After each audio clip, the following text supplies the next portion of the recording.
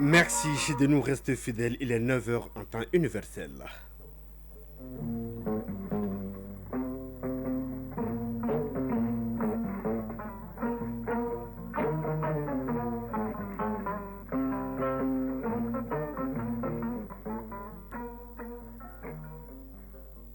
Le journal Mohamed Diarra. Le thermomètre affiche 27 degrés. La maximale atteignée est de 37. Une légère baisse de température dans les 72 heures. Mesdames, Messieurs, bonjour et bienvenue. Voici les titres de votre journal. Bientôt, l'Union des collectivités territoriales de l'AIS sera portée sur les fonds baptismaux. Une initiative de l'Association des régions du Mali et du Burkina. Le but est de mutualiser les efforts pour une AIS au service des communautés. Une délégation a annoncé hier la bonne nouvelle au Premier ministre. Les États du Sahel ont claqué la porte de la CEDEAO. L'acte de sortie n'est qu'une formalité qui sera mise en exécution ce mercredi. Déjà, les experts des pays de l'AIS se concertent à Ouagadougou pour examiner les différents documents. Le mois de Ramadan arrive à grands pas et parmi les produits de forte consommation, le sucre. À ce niveau, le gouvernement rassure 25 000 tonnes de sucre sont disponibles dans les magasins de Soukara et Nsoukara. Le ministre de l'Industrie et du Commerce était dans la région de Ségou. Joindre la théorie à la pratique, c'est l'esprit de la visite de terrain des unitaires de l'école de guerre du Mali, promotion AES. Ils étaient dans la zone de défense numéro 6 à Mopti. Nous ferons le point de la visite avec Omar Mega depuis la Venise malienne. À suivre la paille des sports dans une dizaine de minutes avec Fabrou Dourté au menu, le sac du stade malien en dames et en messieurs. Les Blancs ont remporté hier la Super Coupe de basket saison 2024-2025. Voilà pour le sommaire, le développement dans une poignée de secondes.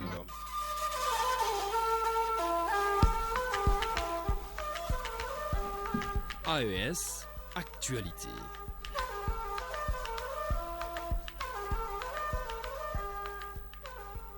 Oui, la bonne nouvelle a été annoncée hier au Premier ministre, ministre de l'Aménagement territorial de la décentralisation par une délégation de l'Association des régions du Mali.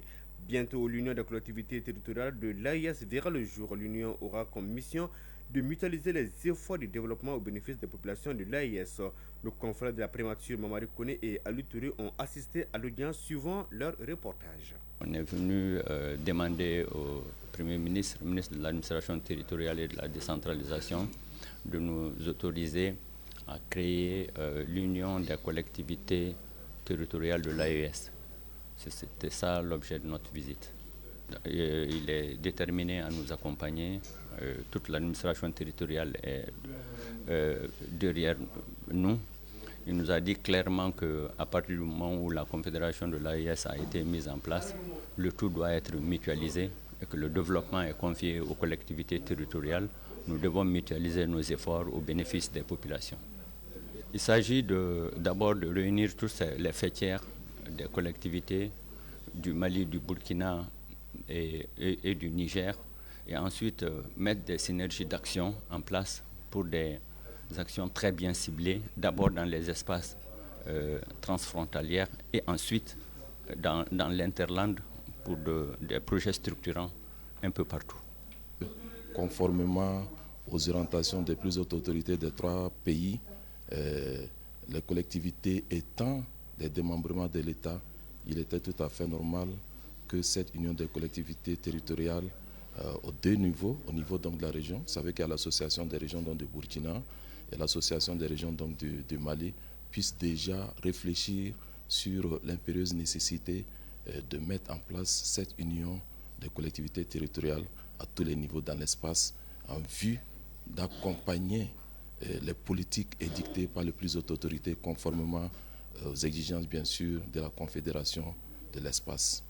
Il nous a donné des conseils avisés et nous pensons que très prochainement, avec les concertations que chacun va avoir au niveau de son pays, nous allons nous retrouver pour mutualiser bien sûr nos efforts.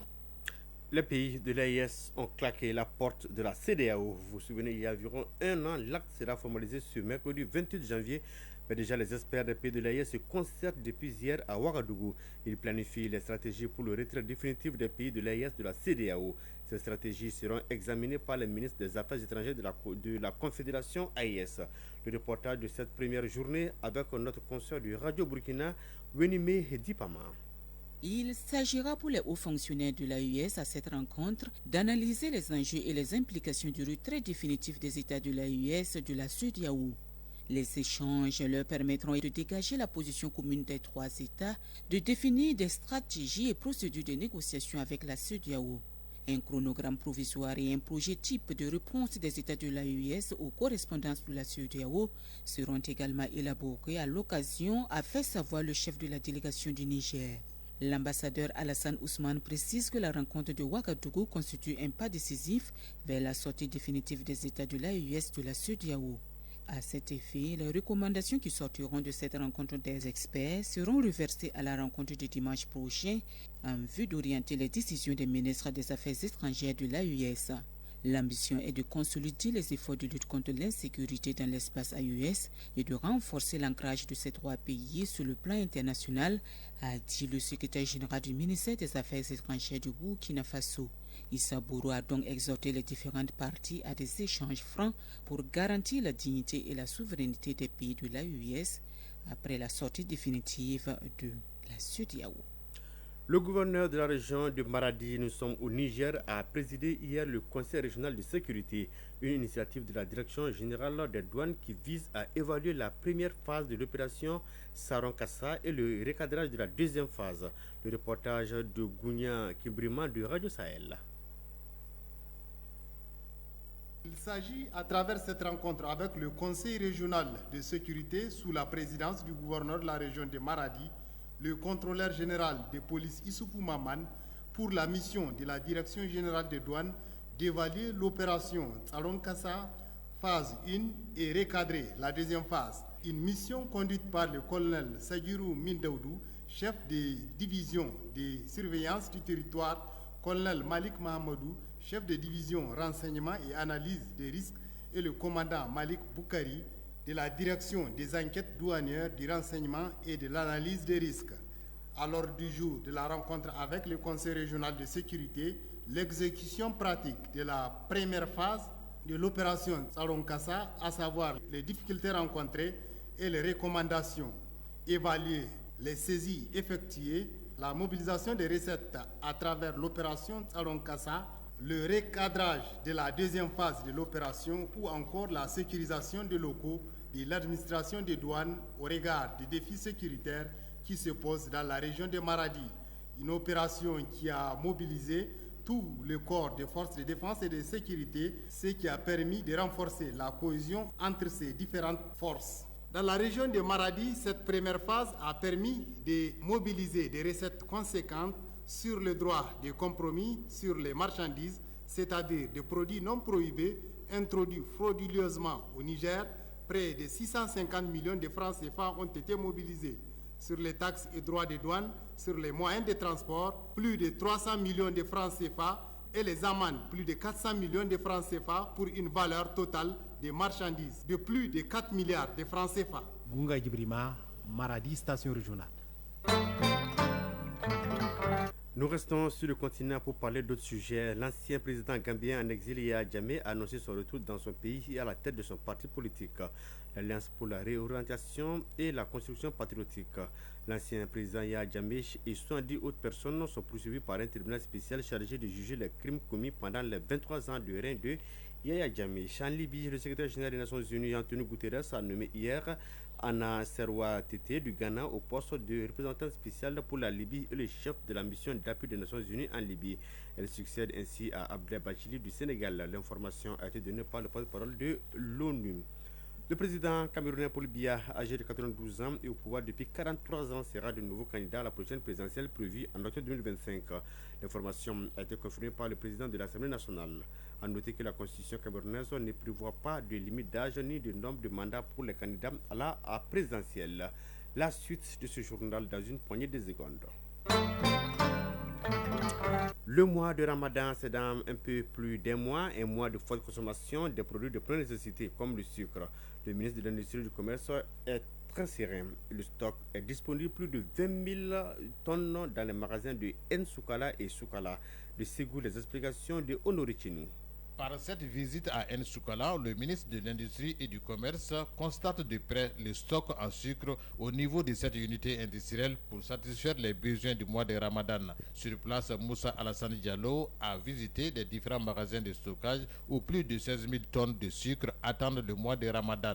Moussa Alassane Diallo, ministre de l'Industrie et du Commerce. Les 25 000 tonnes sont aujourd'hui constituées au niveau du Soukala et de Nsukala. C'est aujourd'hui sur la base des stocks disponibles sur le territoire national et les stocks en cours. Si nous faisons l'analyse rapprochée de l'ensemble, l'évaluation de tous ces stocks-là, nous pouvons dire, Inch'Allah, que le mois de Ramadan 2025 va se passer dans les meilleures conditions possibles en matière d'approvisionnement du marché en sucre, comme pour les autres produits de première nécessité pour le mois de Ramadan et sur l'ensemble du territoire national.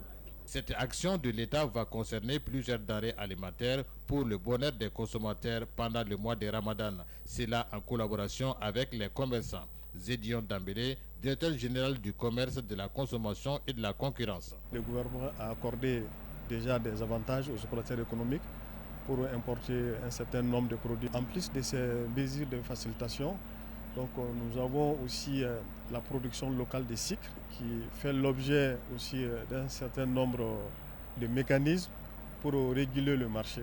Pour le contrôle de l'action gouvernementale, les membres de la commission finance de l'économie du CNT apprécient la démarche.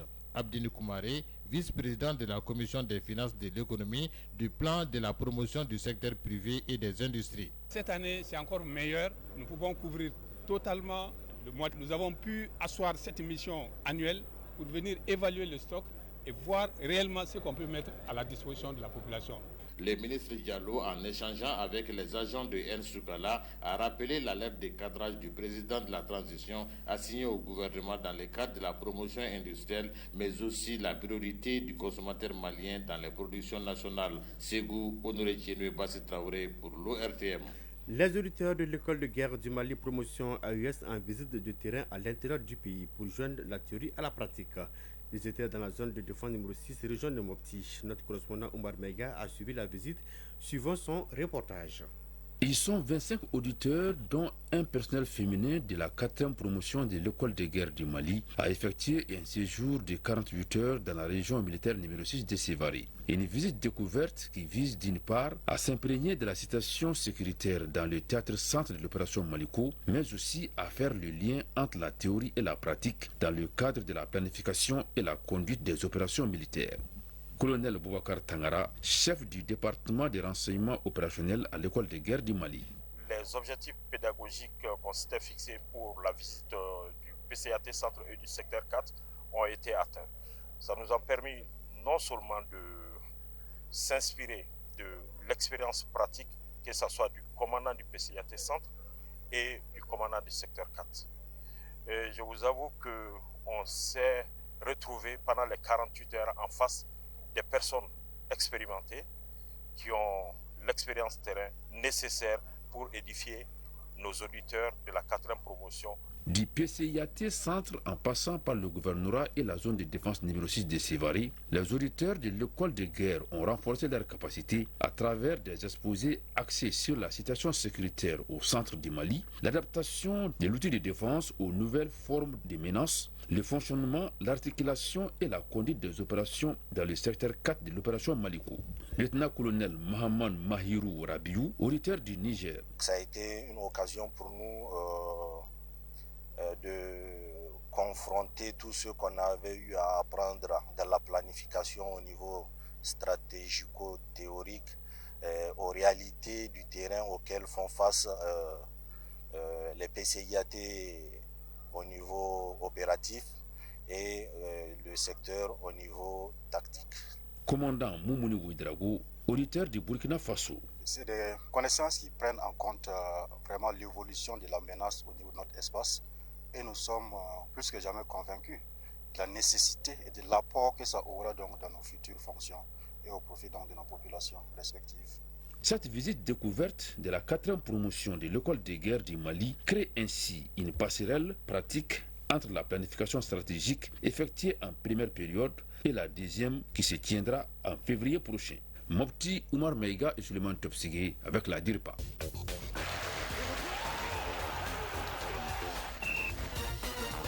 Oui, il est là, Fabrou Dourtier, bonjour. Bonjour Mohamed Diarra, bonjour à tous. Le cercle du stade malien, Super Coupe du Mali en basketball.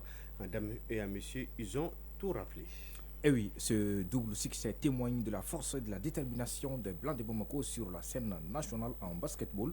Du côté des hommes, le stade malien affrontait l'AS Police dans un match très disputé. Dès le coup d'envoi, les joueurs du stade malien ont affiché une grande intensité, prenant rapidement l'ascendant sur leurs adversaires.